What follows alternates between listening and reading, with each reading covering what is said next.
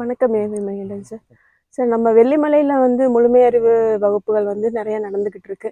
அதுல நீங்க வந்து ஓவியக்கலை சார்ந்த வகுப்புகள் எடுக்கிறீங்க. ஓவியக்கலையில உங்களுக்கு அறிமுகமானது எப்படி? அதுல நீங்க என்னென்ன செய்றீங்க அப்படின்னு சொன்னா கொஞ்சம்.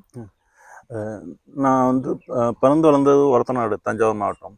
பக்கத்தில் வந்து கும்பகோணத்தில் ஒரு ஓவியக் கல்லூரி இருக்குது, காலேஜ் ஆஃப் ஃபைன் ஆர்ட்ஸ். தமிழ்நாட்டில் மொத்தம் 2 கல்லூரி இருக்குது. ஒன்று வந்து கும்பகோணத்தில் இருக்குது, இன்னொன்று சென்னையில் இருக்குது. நான் பள்ளி முடித்து ஓவியக் கல்லூரி படித்தது கும்பகோணம் நுண்கலை கல்லூரியில். ஓவியம் கல்லூரியில் வேறு வேறு துறைகள் இருக்குது. வணிகக்கலை சார்ந்தது இருக்குது, ஓவியம் சார்ந்திருக்கு, சிற்பம் சார்ந்திருக்கு. அதில் நான் ஓவியம் சார்ந்து படிச்சிருக்கேன். 5 வருஷம் படிப்பது பேச்சுலர் ஆஃப் ஃபைன் ஆர்ட்ஸ், ஓவிய நுண்கலை படிப்பு படிச்சு. சரி, இப்போ உங்களுடைய தொழிலும் வந்து ஓவியம் சார்ந்து தான் இல்லை நீங்கள் தனியாக வேற தொழில் பண்ணிட்டு ஓவியம் வந்து உங்கள் பேஷனாக இருக்கா? நான் கணினி வரைகளில் இருக்கேன், திரைப்படங்களுக்கான கணினி வரைகளில் இருக்கேன். ஓவியங்கிறது என்னுடைய தேடல் சார்ந்ததாகவும், என்னுடைய ப்ராக்டிஸ்ங்கிறது என்னுடைய தனிப்பட்ட தேடல் சார்ந்ததாக தான் இருக்கு. அதோட பகுதியாக தான் ஓவியமும் புகைப்படமும் சேர்ந்ததாக இருக்கு. சரி, இப்போ இந்த ஓவியக்கலையில வகுப்புகளாக எடுக்கிறதுக்காக நம்ம வெள்ளிமலையில் தொடங்கியிருக்கோம். இது எந்த அளவுக்கு வந்து ஒரு கலையார்வம் இருக்கவங்களுக்கு வந்து தேவைன்னு நீங்கள் நினைக்கிறீங்க? ஆக்சுவலாக இந்த ஓவியத்தை பயின்றுக்கிறது, கற்றுக்கிறது அப்படிங்கிறது படம் வரைய கற்றுக்கிறது இல்லை, அது ஒரு வகையில் உலகத்தை பார்க்க கற்றுக்கிறது.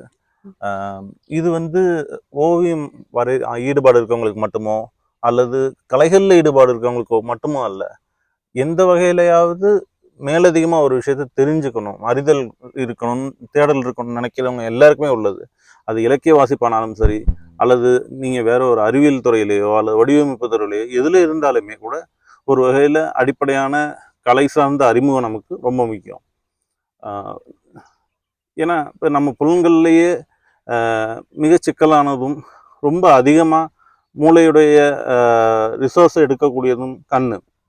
நம்ம ஒரு செல் உயிரை ஆரம்ப காலகட்டத்தில் இருந்தப்போ அந்த கண் வந்து அது உடம்பே கண்ணாக இருந்தது, ரொம்ப ஃபோட்டோ ஃபிலிம்னு சொல்லுவாங்க, அது ஃபோட்டோ சிந்தசைஸ் பண்ணுறது. அப்புறம் மெல்ல மெல்ல நம்ம எவல்யூஷன்லேயே நம்ம கண் இன்னைக்கு இருக்க காம்ப்ளெக்ஸான சுச்சுவேஷனை உருவாக்கி வந்து சேர்ந்துருக்கு. இப்போ கண் ஆரம்பத்தில் 2 பக்கம் இருந்தது, ஒரு சைடாக 2 பக்கம் இங்கே வந்து திரும்ப 180 டிகிரி பார்க்குற அளவுக்கு வந்து இதில் இந்த வெள்ளை பகுதி கருப்பு பகுதின்னு 2ஆக உருவாகி, இந்த கருப்பு பகுதி முழுக்க முழுக்க ரொம்ப ஷார்ப்பாகவும் டிஸ்டன்ஸை பார்க்கக்கூடியதாகவும் கலர் வேறுபாடுகளை பார்க்கக்கூடியதாகவும் உருவாகி வந்திருக்கு. இந்த வெள்ளை பகுதி இருக்கு இல்லையா, அது வந்து மோஷனை மட்டும் கேப்சர் பண்ணும், இது வந்து கலர் டீட்டெயிலை மட்டும் கேப்சர் பண்ணும். இப்போ இவ்வளோ காம்ப்ளெக்சிட்டி ஏன் ஒரு உறுப்புக்கு கிட்டத்தட்ட இந்த இவ்வளோ 6 அடி உடம்புல ஒரு 2 இன்ச்சு கண்ணு வந்து 80% ரிசோர்ஸை ஏன் எடுக்குது அப்படின்னா, இந்த உலகத்தை நம்ம வந்து பிரதானமாக பார்க்குறதுங்கிறது கண் வழியால். ஸோ நம்ம அதை பயாலஜிக்கலாக நம்ம இங்கே வாழ்கிறதுக்கும் இருக்கிறதுக்கும் ப்ரைமரியாக கொடுக்கப்பட்ட உறுப்பு. நம்ம அதை வந்து ஆர்ட்டுக்கு கன்வெர்ட் பண்ணி எடுத்திருக்கோம். அப்போது நம்ம பெரும்பகுதியான அறிதலை வெறும் பார்க்குறது வழியால் அடையக்கூடிய ஒரு பாசிபிலிட்டி ஆர்ட்டுக்கு உண்டு, விஷுவல் ஆர்ட்டுக்கு. அப்போது நீங்கள் மூளை அளவுக்கு கடினமாக மொழியில் செலவு பண்ணி கற்றுக்கிறத விட, இல்லை வேறு சில டூல்ஸ் வழியால் வேறு சில ஆர்ட் ஃபார்மை கற்றுக்கிறத விட தன்னளவில் பார்த்து வழியால் மட்டுமே நீங்கள் அறியக்கூடியது எவ்வளவோ இருக்குது. அப்போ நீங்கள் அதை செய்யணும்னா அதுக்கு நீங்கள் வேறு எந்த எக்ஸ்ட்ரானரியாகவும் இருக்க வேண்டியதில்லை. சாதாரணமாக ஒரு எந்த ஃபீல்டில் இருந்தாலுமே கூட ஒரு வகையில் வேர்ல்டை பார்க்குறதுக்கு சில அடிப்படைகள் அவசியம். அப்போ இந்த பேட்டர்ன்ஸை பார்க்குறது எப்படி, இது எப்படி நம்மளுடைய அறிதலோட பகுதியாது. இது நீங்கள் தெரிஞ்சுக்கும் பொழுது நீங்கள் எந்த வேலையை செஞ்சாலும் சரி, நீங்கள் வந்து இலக்கியத்தில் இருந்தாலும் இல்லை வடிவமைப்பில் இருந்தாலும் அல்லது அன்றாட வாழ்க்கையிலேயே கூட. இப்போ அதனால தான் நமக்கு வந்து இலக்கியம் தெரியுதோ இல்லையோ, இசை தெரியுதோ இல்லையோ, ஒரு சன்செட்டை பார்க்கும் பொழுது எல்லாருக்கும் ஏன் அவ்வளோ பரவசம் வருது.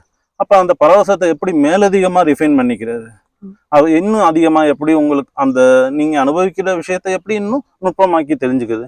இதுக்கு மொத்தமாக ஒரு கலை வரலாறு தெரிஞ்சுக்கிறது ரொம்ப ஹெல்ப் பண்ணும். எங்கேருந்து எங்கே வரைக்கும் வந்து சேர்ந்துருக்கோம்.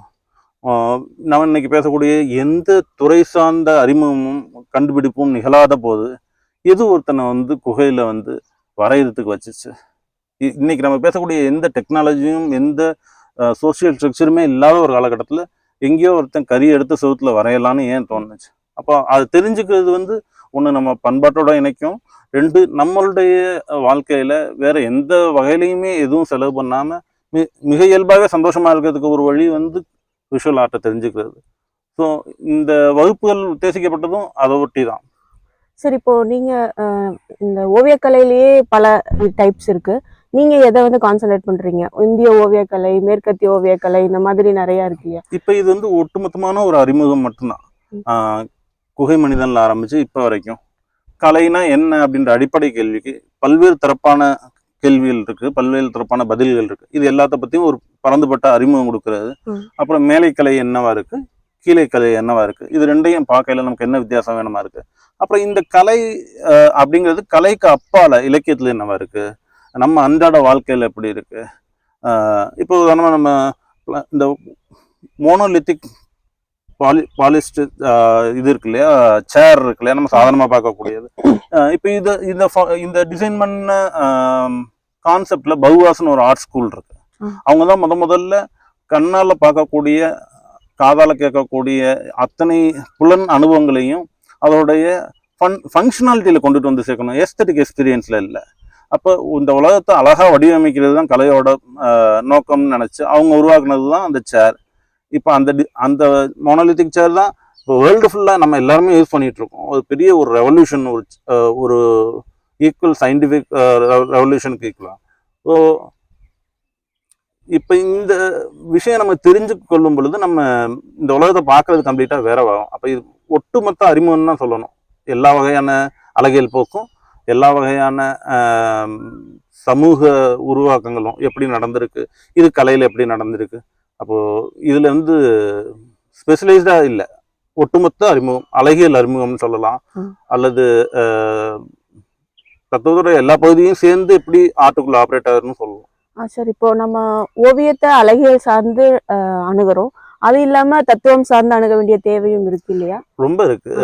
கடந்த 100 வருஷத்துல ஓவியத்துல அழகியல்ங்கிறது பின்னாடி தள்ளி போயிடுச்சு. பிரதானமா இருக்குது தத்துவ போக்கு தான்.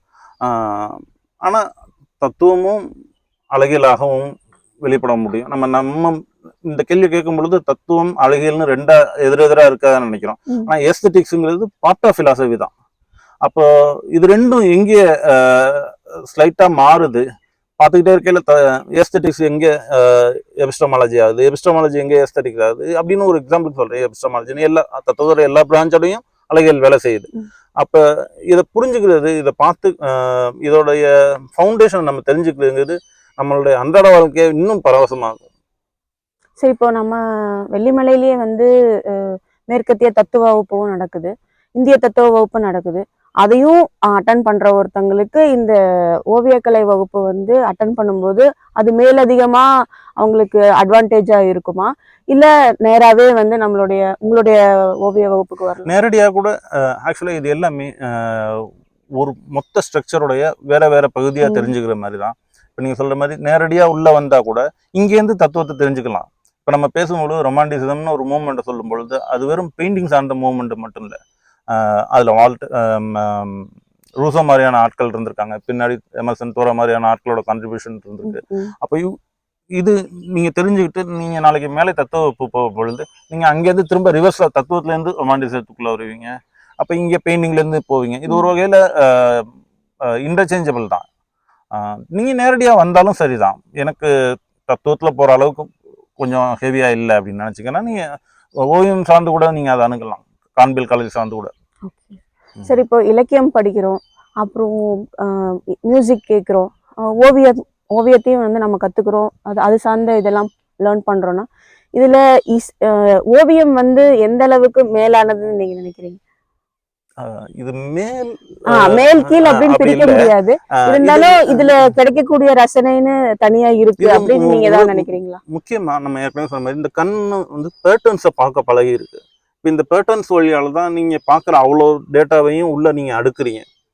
இப்போ நம்ம 2 பேரும் பேசிட்டு இருக்கல, இங்க கொஞ்சம் கருப்பு கலர்ல கொஞ்சம் பெருசா ஏதோ பொறுமையா அசைஞ்சு போகுது, அது கொஞ்சம் பதட்டம் இல்லாம இருக்கும். ஆனா ஒரு ஆரஞ்சு கலர், அதுல பிளாக் கலர் டாட்ஸா பின்னாடி ஏதோ ஒன்று போகுது. இது கண்ணு முதல்ல மோஷனை தான் டிடெக்ட் பண்ணுது.